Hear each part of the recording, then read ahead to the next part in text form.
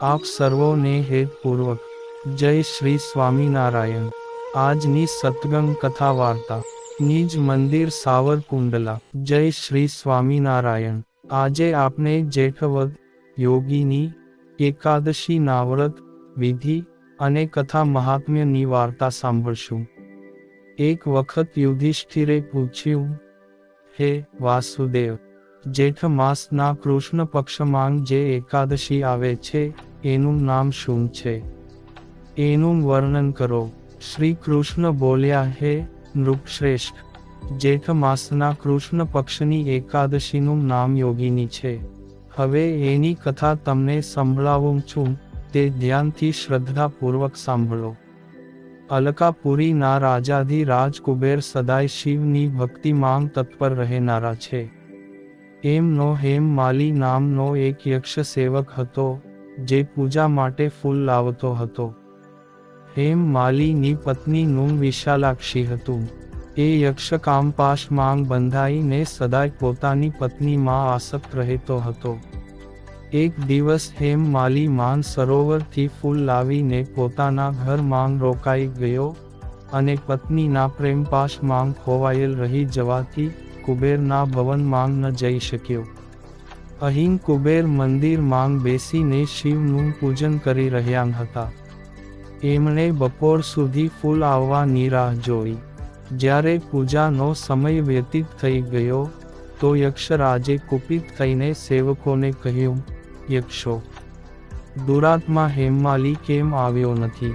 યક્ષોએ કહ્યું, હે રાજન, એ તો પત્નીની કામનામાં આસક્ત થઈને રમણ કરી રહ્યો છે। આવી વાત સાંભળીને કુબેર ક્રોધિત થઈ ગયા અને તરત જ હેમમાલીને બોલાવ્યો। એ આવીને કુબેરની સામે ઊભો રહી ગયો। એને જોઈને કુબેર બોલ્યા, ઓ પાપી, અરે દુષ્ટ, ઓ દુરાચારી, તે ભગવાનની અવહેલના કરી છે। આથી ક્રોધથી યુક્ત અને પોતાની પ્રિયતમાથી વિયુક્ત થઈને આ સ્થાનથી ભ્રષ્ટ થઈ બીજે ચાલ્યો જા। કુબેરના એમ કહેવાથી એ સ્થાનેથી એનું પતન થયું। ક્રોધથી આખું શરીર પીડિત હતું, પરંતુ શિવ પૂજાના પ્રભાવથી એની સ્મરણ શક્તિ લુપ્ત ન થઈ। ત્યાર પછી એ મેરુગીરીના શિખર પર ગયો। ત્યાં મુનિ માર્કંડેયજીના એને દર્શન થયા। પાપકર્મી યક્ષે મુનિના ચરણોમાં પ્રણામ કર્યા। મુનિ માર્કંડેયજીએ એને ભયથી કાંપતો જોઈને પૂછ્યું, તને ક્રોધના રોગે કેવી રીતે ઘેરી લીધો? યક્ષ બોલ્યો, હે મુને, હું કુબેરનો અનુચર હેમમાલી છું। હું દરરોજ માન સરોવરમાંથી ફૂલ લાવીને શિવ પૂજન સમયે કુબેરને આપતો હતો।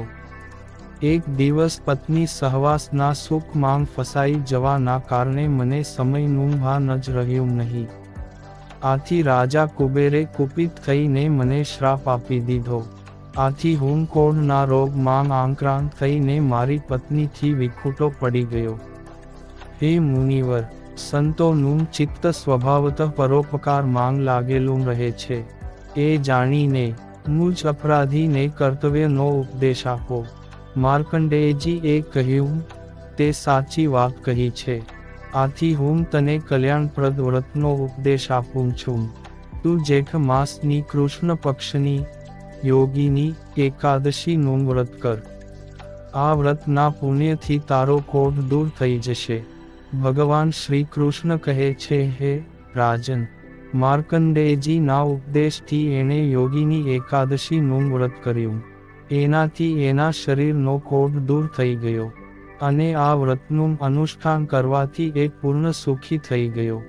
હે રાજન, આ એકાદશી મોટા મોટા પાતકોનો નાશ કરનારી છે। સંસાર સાગરમાં ડૂબેલા પ્રાણીઓ માટે આ સનાતન નૌકા સમાન છે।